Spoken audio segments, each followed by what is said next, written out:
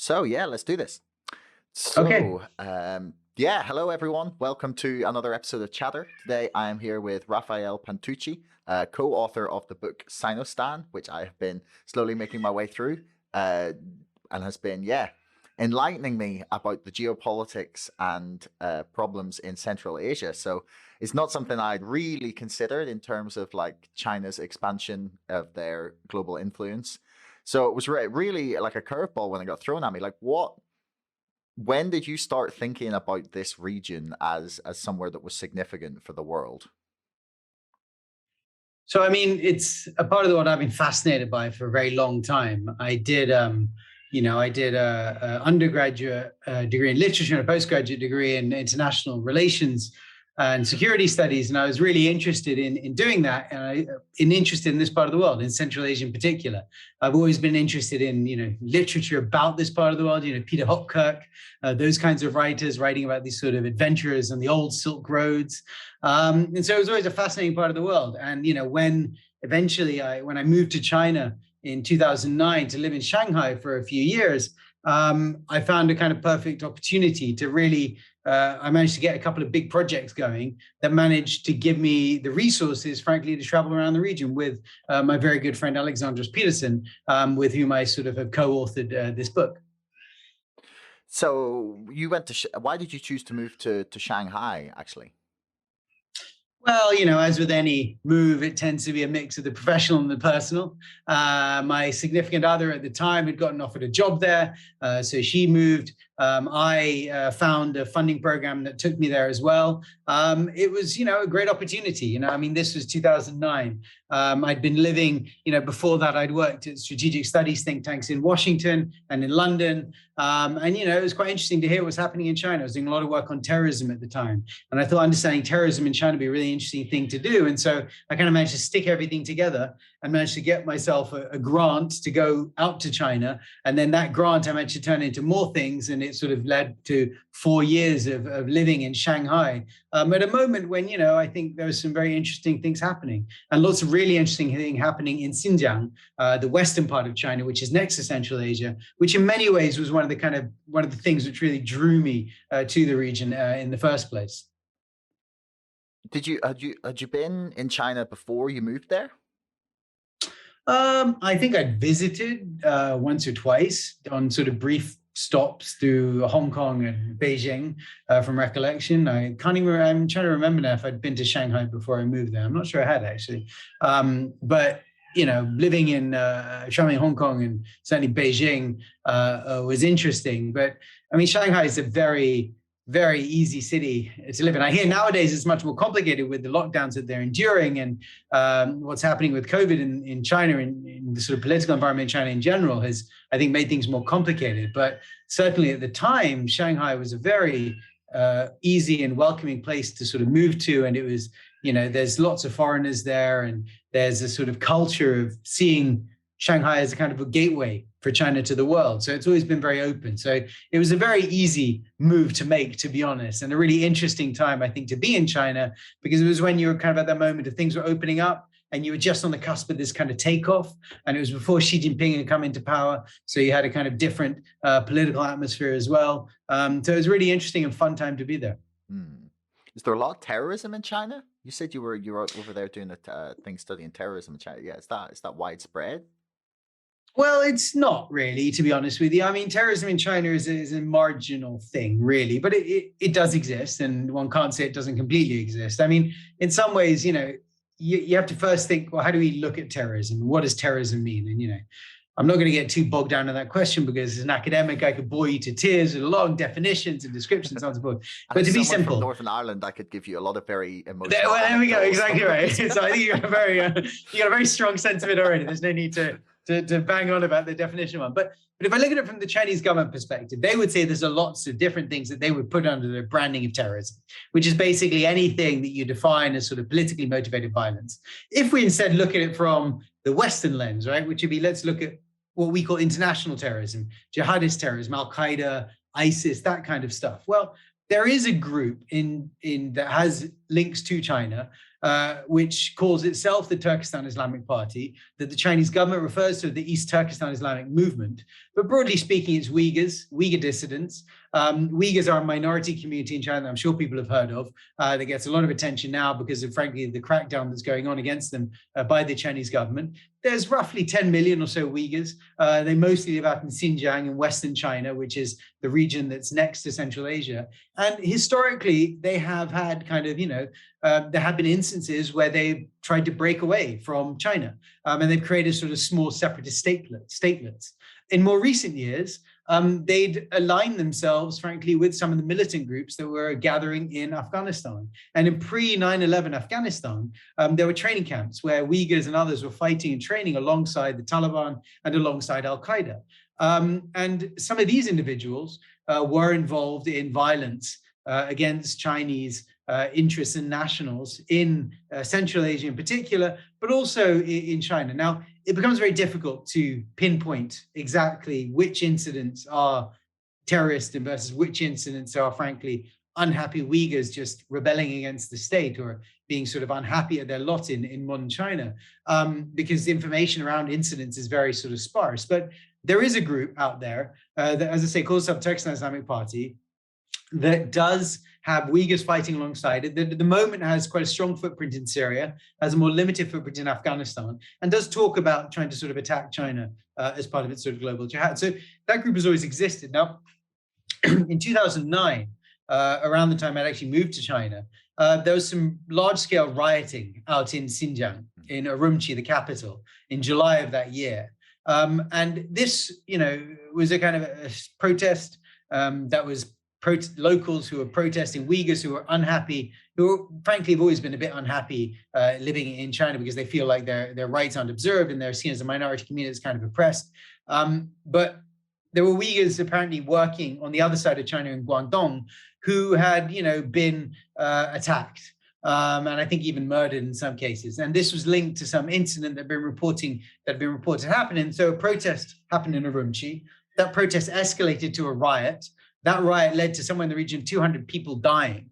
And this incident of mass violence was a really big deal. It was a really big deal around the world at the time. It was a really big deal in China because until then, basically, people had sort of ignored what was happening in Xinjiang.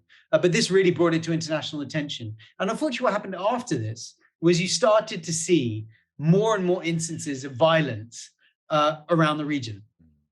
And some of these violent incidents were quite clearly what I think we would all safely call terrorism.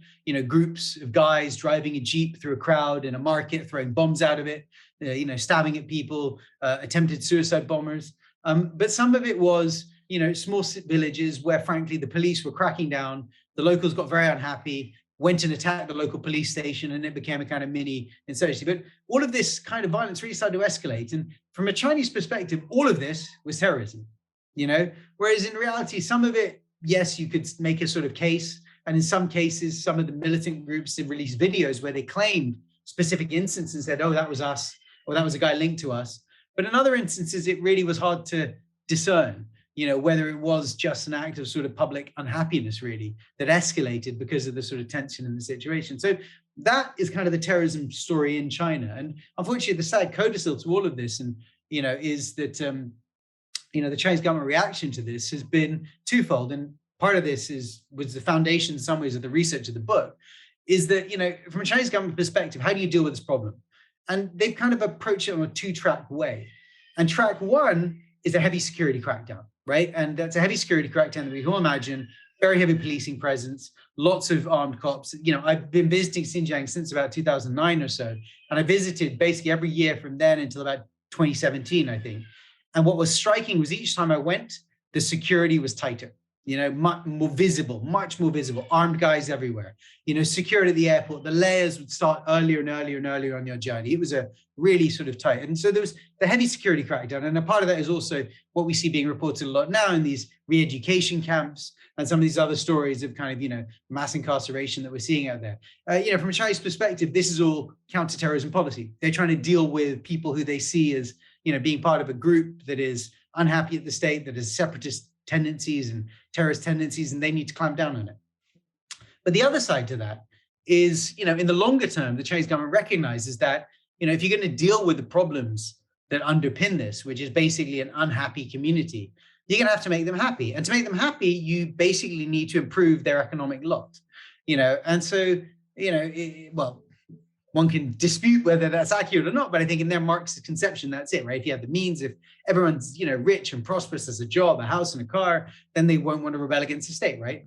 But if you're going to do that in Xinjiang, you're going to have to develop the region, and you're also going to have to develop the regions around it, because Xinjiang is a landlocked part of the world. Now it's part of China, so clearly it has access to China's waterways, but it's nowhere near China's waterways. If you're in Urumqi, you're in the middle of the Eurasian heartland.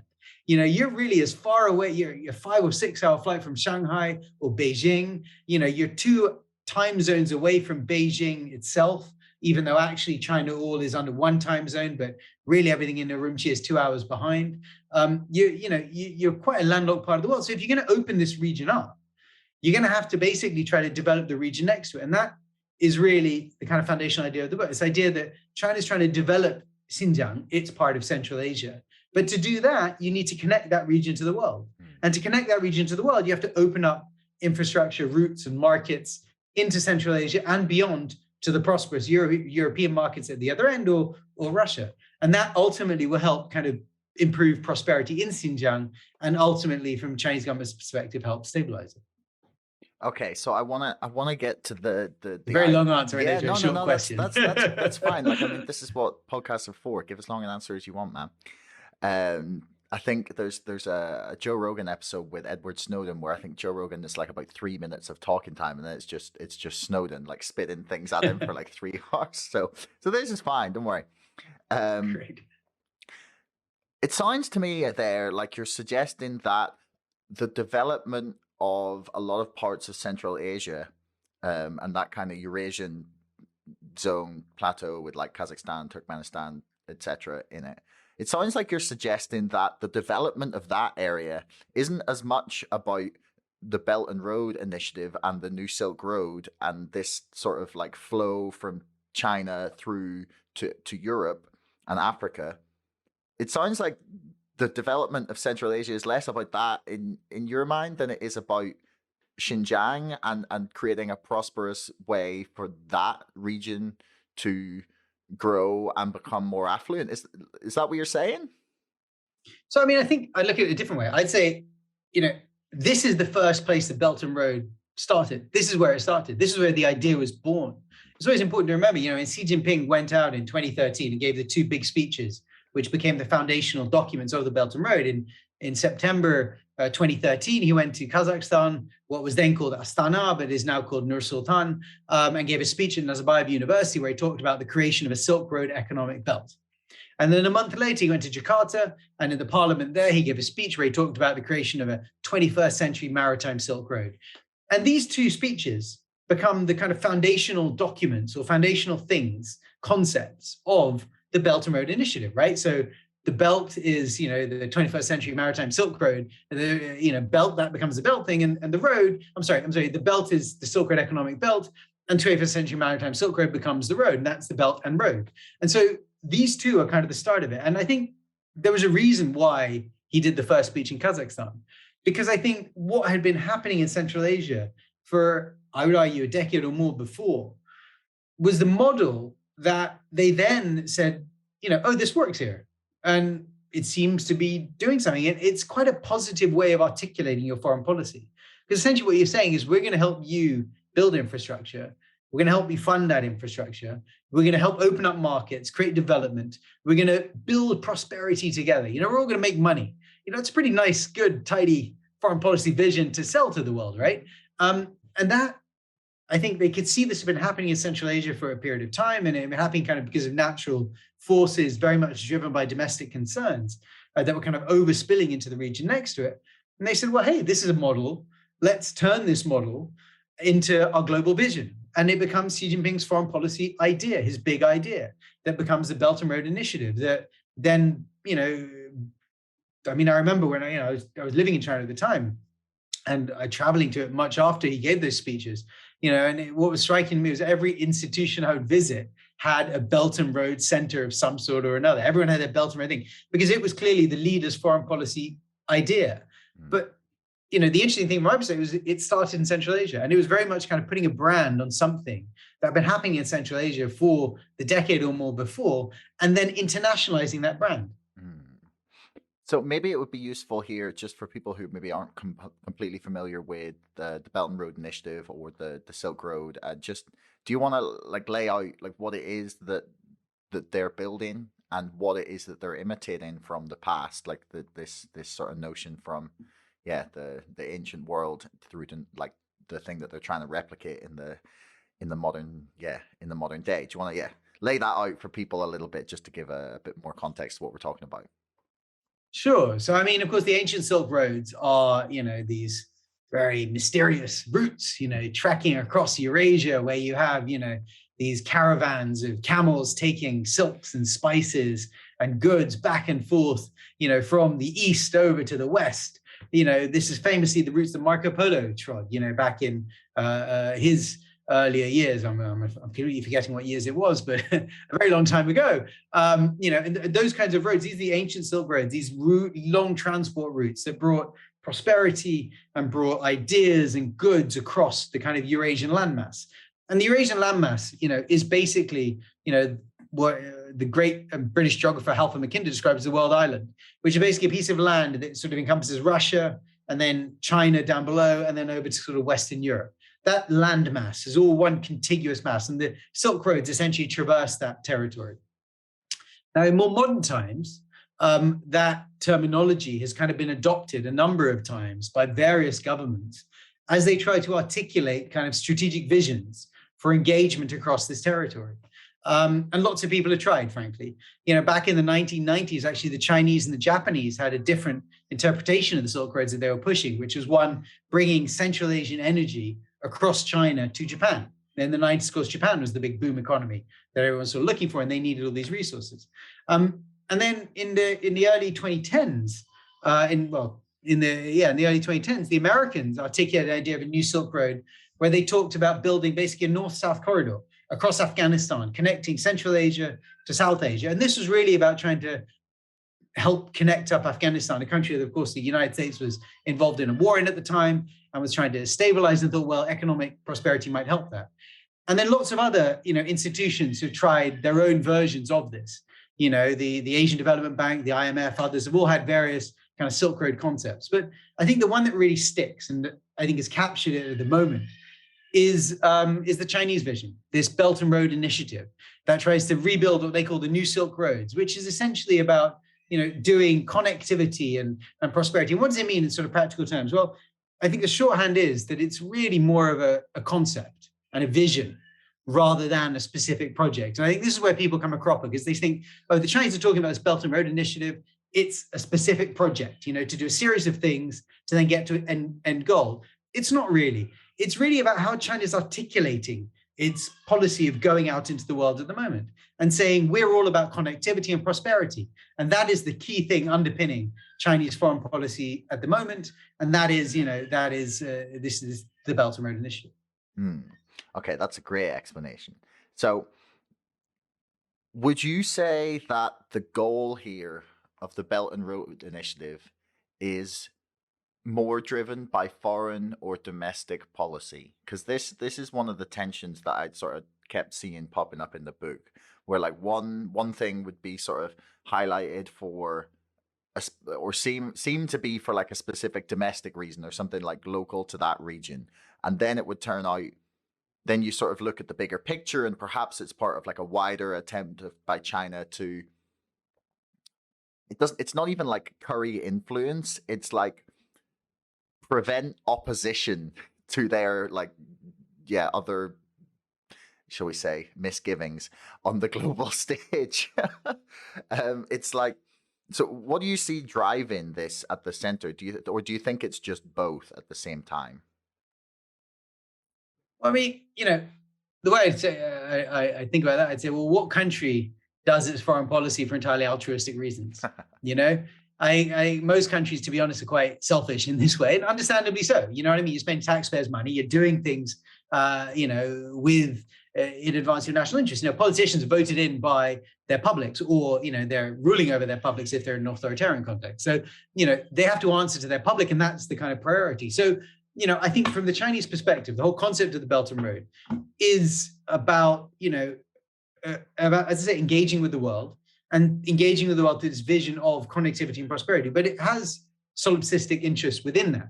It's about Chinese companies going out into the world and getting some experience and getting opportunities in the world. Within China, there's a narrative that, in the early years of the Belt and Road, one of the big pushes was construction.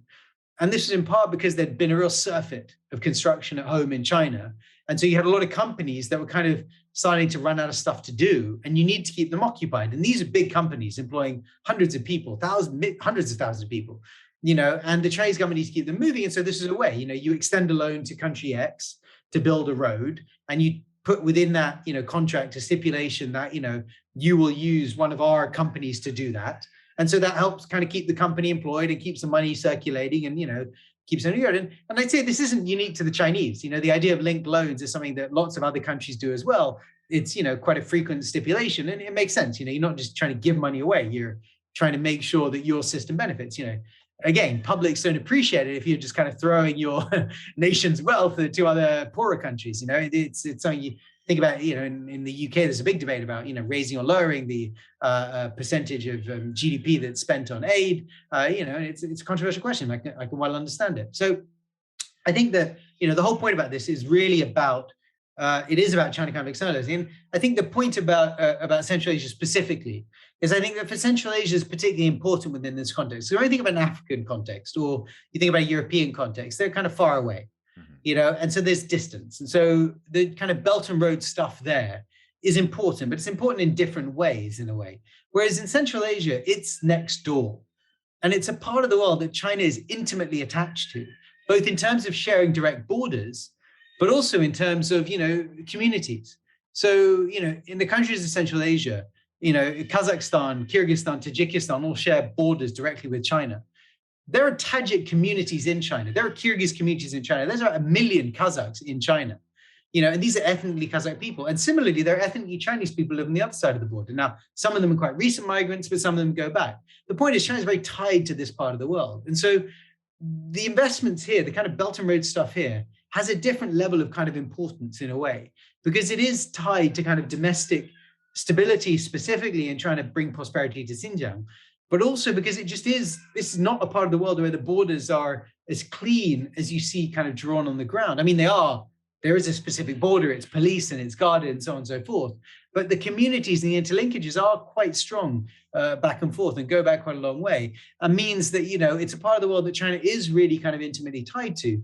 And so therefore it makes all of the projects and investments there important in kind of direct ways as well as being, about doing projects next door. The final point I'd add on this, of course, is, the other aspect that's important in the Central Asian context is Central Asia is a very mineral-rich area, and China is a country that consumes a lot of minerals. And so that's always an important sort of connection that's quite specific to this part of the world as well. How much...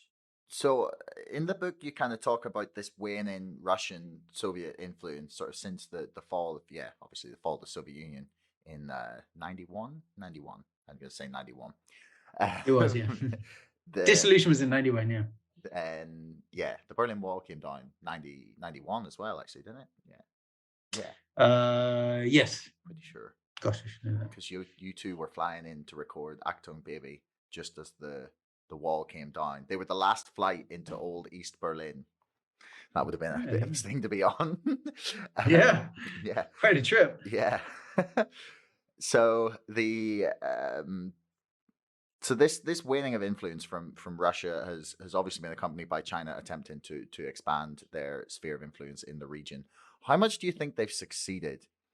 Because I kind of got the feeling that there had been perhaps like early enthusiasm for investment from China that had kind of waned as people had seen the ways in which the companies that had been expanding into this region had sort of conducted business. It wasn't, they were there to do the job, the workers were there to send the money home. There wasn't like I don't know, there wasn't like a bigger integration than perhaps there could have been. So like how much control do you think China has, like soft power or geopolitically or economically even, over this region? I mean, look, I think China is the most consequential actor increasingly on the ground. I think that, Russia will always, well, not always, I think, eventually it might shift, but Russia has a very strong influence on the region. I don't think there's any getting away from that. I think, the institutions that a lot of the regional countries are members of are Russian controlled. I mean, the Shanghai Cooperation Organization is kind of the exception. And even in the Shanghai Cooperation Organization, the Russians are members as well. And, Russia is still the country that they turn to for example, security questions. So if I think of, what we've seen happen over the past year, the fall of Kabul to the Taliban, the chaos in Kazakhstan at the beginning of the year, the country that came with military aid in both cases was Russia. Russia rushed through a whole series of arms sales to the Central Asians as Kabul was falling.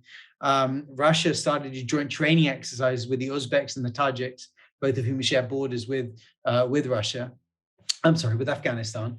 They were the ones who stepped in and did that. When Kazakhstan had its trouble at the beginning of the year, where you had some protests there that escalated into really widespread violence, which the government kind of lost control of, the leader had to ask Russia to send some forces under the banner of something called the Collective Security Treaty Organization, which is kind of another post-Soviet construction that brings together a number of the sort of former Soviet states in a kind of sort of NATO-ish alliance, but it's nowhere near as kind of developed as NATO.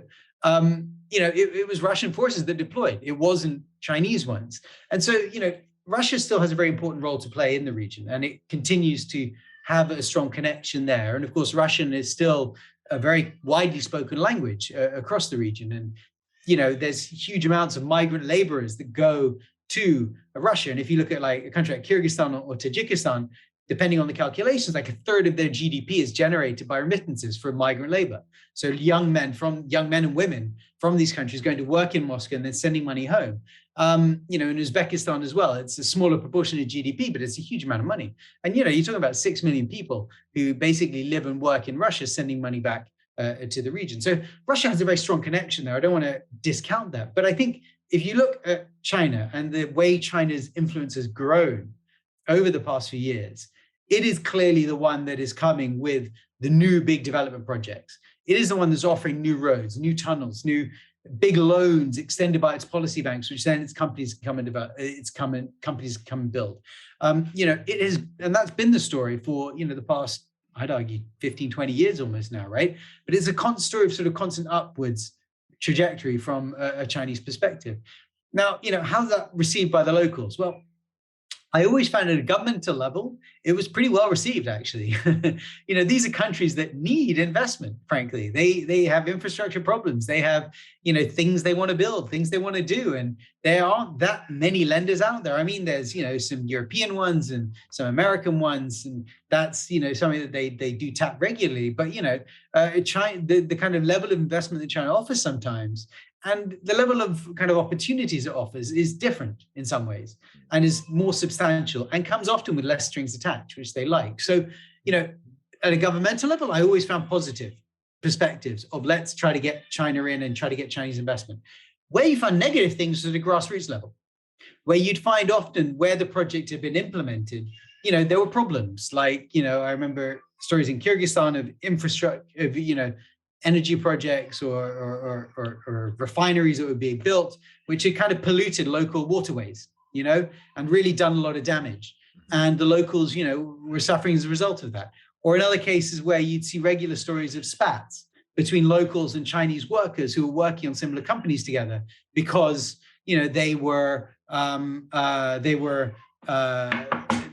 they were unhappy with the treatment by the Chinese company, and that was kind of a problem that they were encountering. And in other cases, you'd find people complaining that they weren't getting jobs or the benefits they're expecting from the Chinese companies.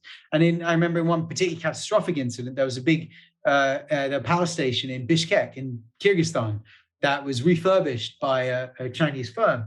And then in the middle of winter, it conked out.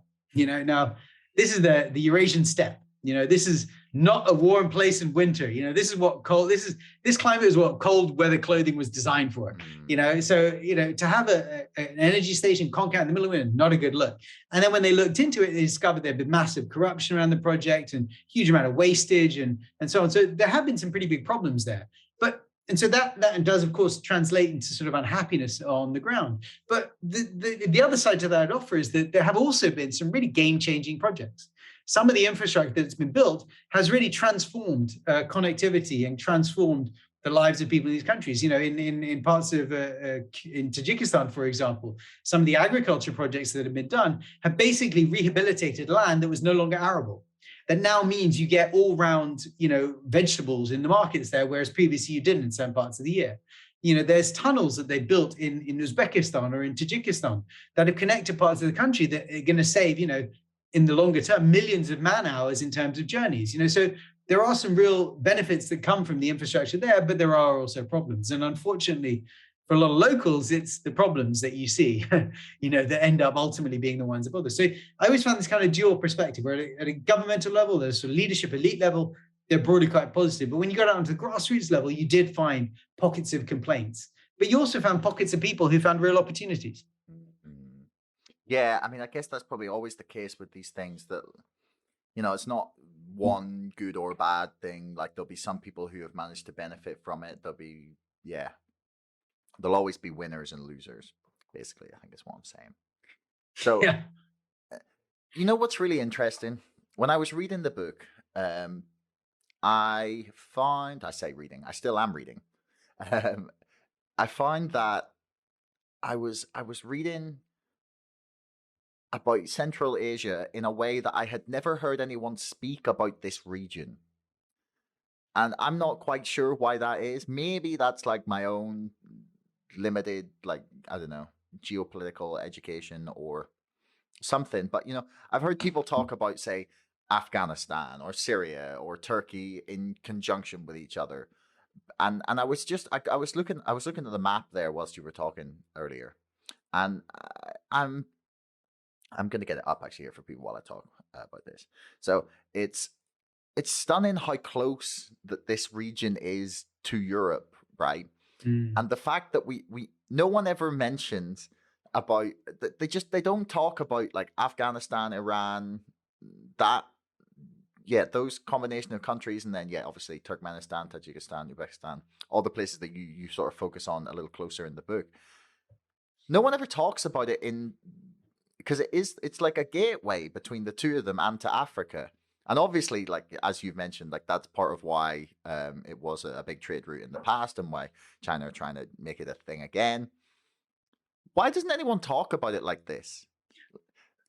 I wish I knew, to be honest. I mean, I'm glad that you say no one else does, because then I got there first, right? So hooray.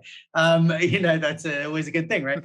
But I honestly don't know. I said at the outset, I'm fascinated by this part of the world and I love it. And I travel there whenever I can. Unfortunately, of course, the past 2 years have made that impossible because of this damn virus. But, it's a really incredible part. It's a real credit to civilization. You go there and you can go to these beautiful old sites. You go see the Registan in Uzbekistan, and it's this spectacular, set of buildings that have been rehabilitated really nicely. Or you go see ancient Merv or in Mari in Turkmenistan, down near Afghanistan, or you even go to Kabul, and you see the old palace there. I mean, these are extraordinary sites and beautiful places, and this is a real cradle of civilization. Really, it is. And I can't understand why more people don't visit, frankly, because I find it a really fascinating place. And frankly, one of the reasons for indulging in this research was, partially because I was really interested in understanding this kind of Chinese growth that was happening there, but it's also just to try to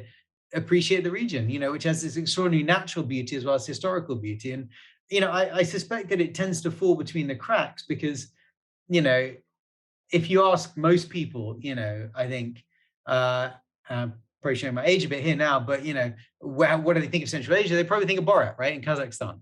And I think, the reason that Sacha Baron Cohen chose Kazakhstan was because no one really heard of it. You know what I mean? And it was just kind of this place that, exists. We know it's there somewhere, but no one's ever heard of it. And so you can kind of ridicule it in this way because, frankly, no one's got any experience of being there. But but yet it is a really kind of interesting part of the world, and also I think strategically significant. And I think that's the other side of it, which I think is missed. And if we go back and look at history, there's Mackinder and others who had this whole concept of what they called the world island, what he called the world island, and the sort of pivot of history. And his narrative was whoever controls this territory controls the world island and therefore controls the world. And I think there's something to that in a way. It is a very significant kind of geopolitical part of the world, but then it's also got very real, immediate, and very current strategic interests, I think, in the West in particular as well. Afghanistan is next door. And, for a long time, the United States was using bases in the region to operate in Afghanistan. And when the Republic government fell, Europe was using a lot of Central Asia as its exit route. So the Germans and the French and the Brits evacuated a lot of people through Central Asia back to Europe.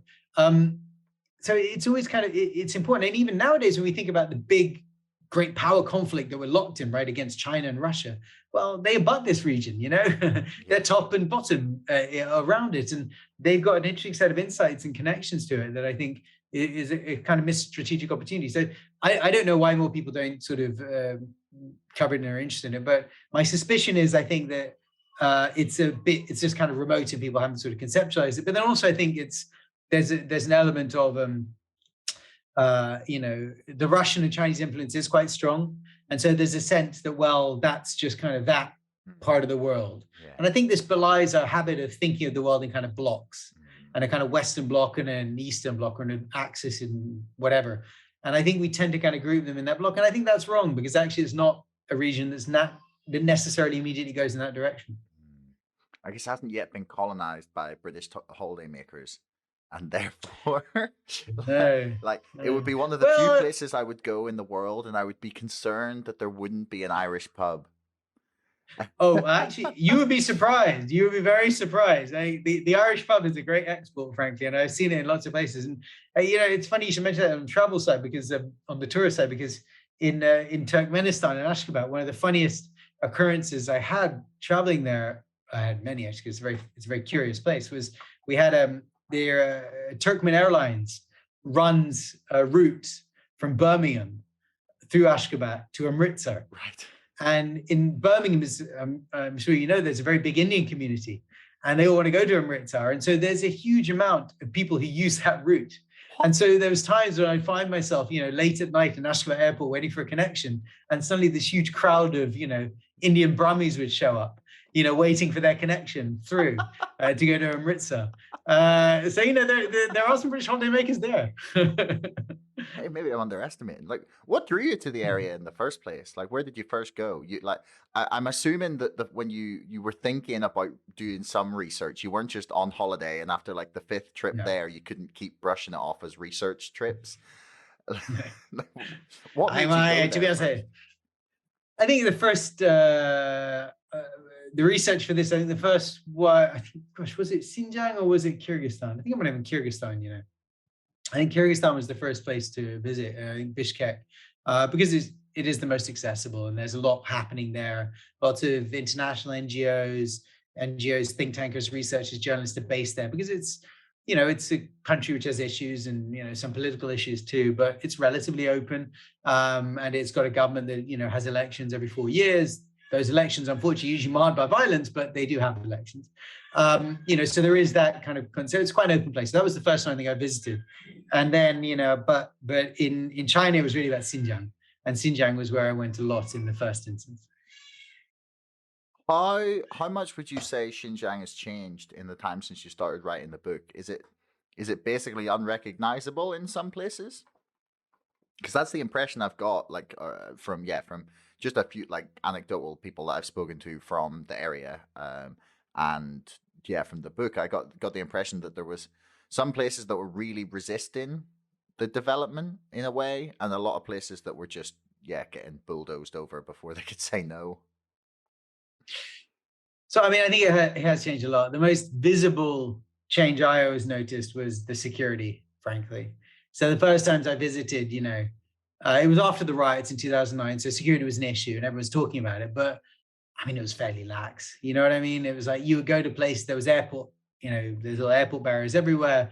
But most of the time, the guy who was checking it was clearly playing with his phone. If the machine was even working, it was not a very serious kind of it didn't feel very serious, and it was all very lax. And I remember in that journey, on the first journey around Xinjiang, we went to visit a lot of places, and in a lot of places, we had a kind of driver who drove, because you got to remember, this is a huge territory. So to get around, you really need to hire a driver who can take you places and knows where to go, because obviously you're going to get completely lost. But the driver would take us to these natural park reserves where you had like a gate at the entry and say, there's no need to go there. Let's go to this place. I know there's a hole in the gate. So we go all the way around the fence, get in there, and he let us in for free, and we just totter around, and no one really cared. So that was the first trip. But then as I went back each time after that, the security got more visible and much tighter. And so, by the last visits like I remember the point at which you get really you get really patted down at the airport, was starting to happen when I was leaving Shanghai. So I remember in 2012, 13, when I went out there, there was a heavy security check in Shanghai before I even got into the plane in Shanghai. And then when I got to Urumqi, there was even more security checks before I got out of the airport. So it got tighter and tighter and tighter each time, and the security layers got further and further back. And when you went around Urumqi, you'd find that mosques had, large, what looked like those, those bike cages you see sometimes on the roads, that you have bikes underneath them. Yeah. Well, you'd have those outside the mosques, and underneath those armed guards, machine guns, and there was like armed personnel carriers on street corners. And this is in the capital, Urumqi, which is mostly a Han city, frankly, so it's not even a majority Uyghur city. It's a mostly Han city. And, as you get outside, you'd find security blocks everywhere, people checking on where you're going, what you're doing, asking all sorts of questions, the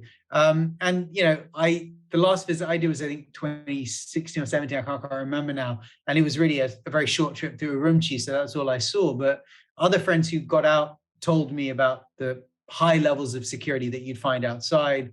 There was even a point at which, they were checking how much petrol people were buying and measuring that against consumption. And, because people were building bombs out of, fuel. And so they were saying, well, so it was all sorts of things like that. And at one point they started branding knives with QR codes, which are linked to your ID card, because people were using knives. I was horrified at that. I was like, oh, dear goodness. Or even a crazier one was in the South. I remember at one point, there was a couple of instances where people made explosives out of matches. Yeah. They were like taking match heads. And so they banned matches from, part of the country. And, try to impose that is extraordinary. So those kinds of things are starting to happen more and more. And then, the stories around internet controls are getting tighter and tighter. And, people started to have things put on there. So there was, I know, as I say, my tracking of this personally stopped in 2016, 17. But from other people who were going there would tell me these stories, and I would hear them, firsthand about how tight it was getting. So it really did, I think, transform as time went on. And it's, it's a very, very tight thing. But look, I mean, in my early years of going there, it was certainly, you go out to some of the villages outside, Kashgar, up near the borders with Kyrgyzstan and Tajikistan. I mean, they were pretty rudimentary villages still, there was still, the modern China hadn't reached there, and it was quite different to downtown Urumqi, which basically looks like just another Chinese city these days. But, you get out to some of these villages in the Tajik regions, and it was, it felt like you're in a different world. Does it feel safer, calmer? Like, in that time when you were watching the security sort of build up, did it feel like that was having an effect? Was there like less crime? Was there more tension because of the increased security presence? And did you find people were less, I don't know, happy to talk to you as the time went on? I mean, I think that there certainly was a change in mood. I mean, to be honest, the issue around the kind of the tension which lies at the heart of all of the issues is the tension of the Uyghur minority, increasingly minority Uyghur community, and the growing Han majority. And that's kind of the core tension that you have. And that is something I felt ever since I first went there. Like the Uyghurs I would talk to, they hated Han. Some of them. I mean, some of them were fine and were happy and just like living in China and were just comfortable and whatever. But there was a lot of young people who really resented it, and they hated, that they were kind of trapped and they felt they were in country and they weren't allowed to express and so on and so forth. So that was a tension that was always there. And I think it, the more depressing expressions of it is when I meet, Han, who were really scared of Uyghurs, would tell me these horror stories about them. And I was like, really, is that true? And they was like, oh, yes, I've heard myself that it's real. And I went, okay. And then when you'd ask them, they'd take you around to see sites of Xinjiang, and they say, oh, we'll show you some local places. And the local places were kind of, Uyghur areas that had kind of been rebuilt rather than, preserved. And that was always a shame in a way, because you felt there was part of the heritage that was, ebbing away. And that was sad. So, in terms of the question about did I find people more reticent to talk? Yeah, people did. People worried about expressing themselves. I mean, over time, I developed relationships with individuals who would kind of talk to me and would remain relatively open. But getting people to talk candidly about terrorism policy was never easy, frankly, even from the beginning. Yeah. And it did only get harder as time went along, frankly. Yeah, I can imagine. It's especially in a place where there is such strict controls on a lot of things. If you're even mentioning the word terrorism, you're probably on a list somewhere. I mean, with the the listening capabilities, facial recognition, it's a little scary what government could do when they get no one holding them back. So when they really put their minds up. Yeah, when they really do. So the last thing I want to ask you about basically is how you see things developing in this region. Do you see China being able to continuing to bankroll like a lot of infrastructure projects around this region? Is it somewhere that is going to become increasingly significant in global sort of trade and geopolitics, do you think? Or should we all just be watching Taiwan? I mean, look, I think, the debate of China and the seas and Taiwan and, the various islands that they dispute with lots of others in South China Sea is very significant, and I don't want to underplay the degree to which that could turn into a conflict. Or even if you look at China's borders with India, where there have been conflicts and, lives have been lost relatively recently, those are very tense situations. But I think what's fascinating to me about Central Asia in particular is that you have a part of the world where there are problems on the ground. There are border spats, for example, quite regularly between the Kyrgyz and the Tajiks. There are borders that they haven't really defined yet between themselves. And as a result, you get these kind of border disputes that escalate to violence and shelling back and forth across the border and people dying and, incidents of violence. You've had terrorist incidents in this part of the world. The Chinese embassy in Bishkek was attacked with a car bomb in 2016.